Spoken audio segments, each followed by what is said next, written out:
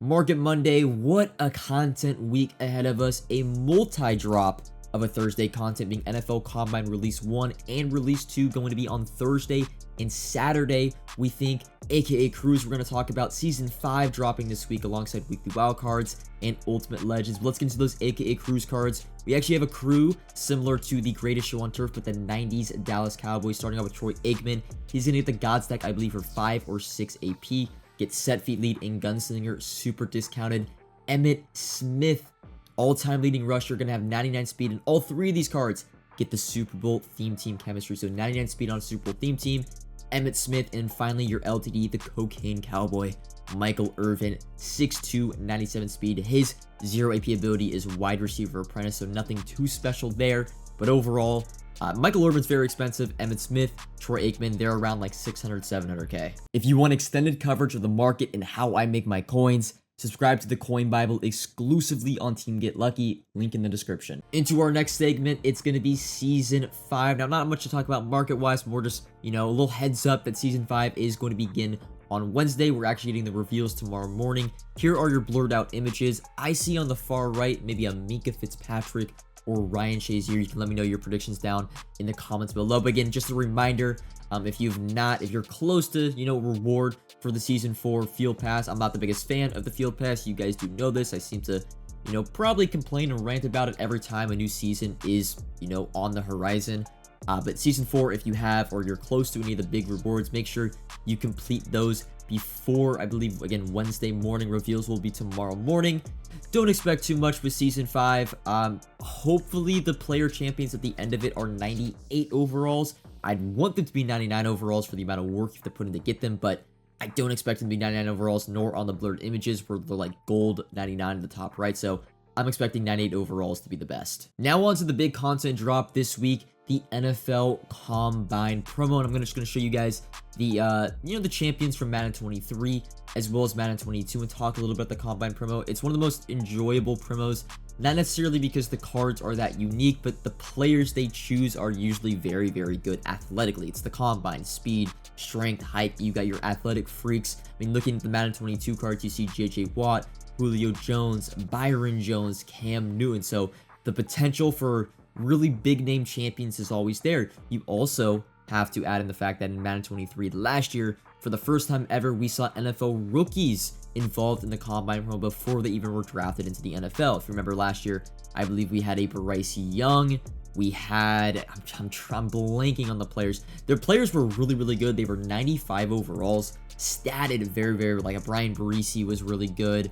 I believe there was a running, I think Bijan Robinson had a card last year, but the main one I remember is just Bryce Young. Bryce Young, first overall pick. I got his 92 overall, 95 overall Combine card last year in the game. So there's a chance we could see, players like Drake May, Marvin Harrison Jr., maybe Caleb Williams for the first time ever be introduced into MUT this year. And again, I mentioned it earlier, 100% going to be getting Combine Part 1 on Thursday, and I believe Combine Part 2 will be on Saturday. The content is being revealed on Friday, but since Divisional Dynasty this past week was on Saturday, I think they're going to opt for the Thursday and Saturday. Also, the back-to-back content drop doesn't really make much sense, as there would be too many LTDs in packs, I would say. So Thursday and Saturday for the NFL Combine drop. Also, just before we go into our next segment, I do believe we are not getting an overall boost. I think it will still be 96 overalls with 97 overall LTDs.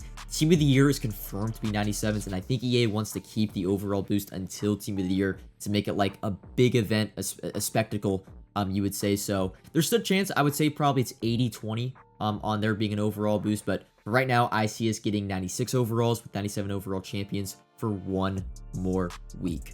Some Team of the Year talk, some team selling talk now. Let's get into it. So Madden Team of the Year voting. There was a tweet this past week just kind of announcing really the overalls of the players. Welcome pack item can be upgraded to 97 overall. 32 team chemistries. Offensive and defensive MVPs are going to be 98 overalls with all 32 team chems, which again, that kind of announces that the champions, not the MVPs, because the MVPs are pretty much LTDs, are going to be 97 overalls. So that is the first part of the Team of the Year tweet. But the second part of it was, of course, the voting for these. And there's more that meets the eye on these tweets. So offensive most valuable virtual player, defensive most valuable virtual player. last year, the most valuable virtual player was Fred Warner. Now, why was Fred Warner the most valuable virtual player? He was the most voted for player out of the entire Team of the Year ballot, which means he won his individual middle linebacker vote. The top 8 players you're seeing on the voting here. So for offensive, Christian McCaffrey, Puka Nacua, Penei Sewell, Sam Laporta. For defense, Surtain, Fred Warner, Kyle Hamilton, TJ Watt. Now, Puka Nacua and Kyle Hamilton have won the votes. They are getting confirmed 98 overall cards. But the other 6 players that were on the ballots, from what I understand, they won their votes for their position. So pretty much, I think McCaffrey is confirmed. Penei Sewell for right tackle, confirmed. Laporta confirmed. Surtain, Warner, TJ Watt. They have all won their respective ballots. They are getting Team of the Year cards. Now for the welcome back item, which is of course now going to be Micah Parsons, the other 3 being Jerron Bland, AJ Brown, and David Njoku.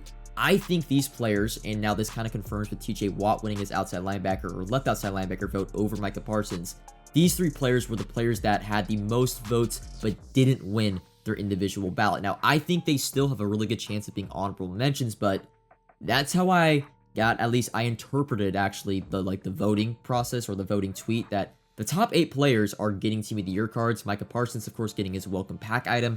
And then the bottom 3 players that were in the welcome pack nominations or voting, they have a really good chance of being honorable mentions, because we got, I think, 4 or 5 honorable mentions last year that we're just kind of due for. The honorable mentions last year was really, really good because they gave Team of the Year cards to players that didn't have upgrades. And like those players on that bottom 4 are literally players that are like way overdue for upgrades. AJ Brown, I think, has an 89, I want to say. Jerron Bland had that LTD 91. Micah Parsons hasn't had a card, I believe, since his MCS card, if I'm not mistaken. And then David Njoku, I can't remember the last card he had. So I think those bottom 3 players, also, of course, Micah Parsons, are going to be getting honorable mentions. So we could be looking at right there on that list, the 12 players mentioned, all 12 of them probably getting Team of the Year cards. So you can get excited for those players in those tweets. But now let's get into the actual discussion I wanted to go about with Team of the Year, and that is what players, or do we sell our teams? Because the way I see it, Team of the Year is going to be the great market reset, the great meta reset.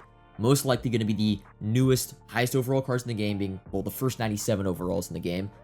Which means their stock speed is probably going to be, the likes of 97, 98. You're not going to be seeing those 95, 96 speed players where you feel like you have to have a theme team to make them relevant. These players now aren't really going to need a theme team for them to be the fastest cards in the game. Ability-wise, too, they should be getting, at least 2 super discounted abilities. Maybe even get that 3 ability discounted slot. So going into your team and looking at your team, we've gone from the Zero Chill theme team to the playoff theme team to the Super Bowl theme team. I think Team of the Year is going to be that next big meta shift where the entire Team of the Year team is pretty much going to be the best team of the game. So looking at your team, I wouldn't sell everything. Super Bowl champions, since they're already so cheap, right? They're 300k. You could build them for like 250 right now. I wouldn't sell these cards, players like Leo Chanel, Chase Young, Warren Sapp, mainly because I think they're still going to be up there with the Team of the Year players. You're not really running abilities on these cards, or like Leo Chanel, for example. He's got lurk orders for 0 AP. There's not going to be an outside linebacker in Team of the Year that is going to get a better ability stack or going to be faster than 98 speed Leo Chanel. So if you have Super Bowl theme team right now, I would keep the champions because they're already so cheap and they're still going to be, S tier cards in the meta. The cards I think everyone should be looking to sell is the expensive LTDs. A player like, let's just say 97 overall Kyle Pitts Genkai Force. He's around 1 million coins. If you want to power him up and get all the abilities, it's going to cost you, almost 2 million coins to do that. Rather than have a 2 million coin card in your team, sell him. Sam Laporta, remember, all Team of the Year cards are going to have the same set.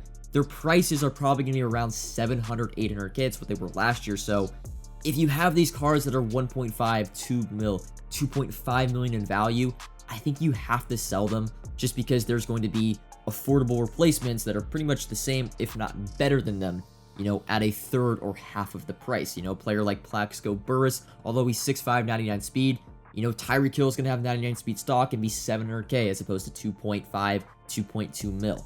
Of course, this is albeit if you don't have unlimited coins and you're kind of working on a budget, you got to play it more like a GM. But I think going into Team of the Year, we're going to see a huge meta shift when it comes to teams. Super Bowl theme team is going to be out. Maybe not all the way. We can still probably see a 25 Super Bowl theme team, maybe a 50 Super Bowl theme team. But, if Team of the Year gets a theme team, who knows what's going to happen. So overall, I think you should be looking to sell, and of course, the earlier the better. If you have very expensive cards, especially LTDs, you know, like I would say a George Karlaftis, a Deebo Samuel, players like that, you know, even still Marshawn Lynch, don't go out and buy Michael Irvin. These cards, I really think you should look to sell.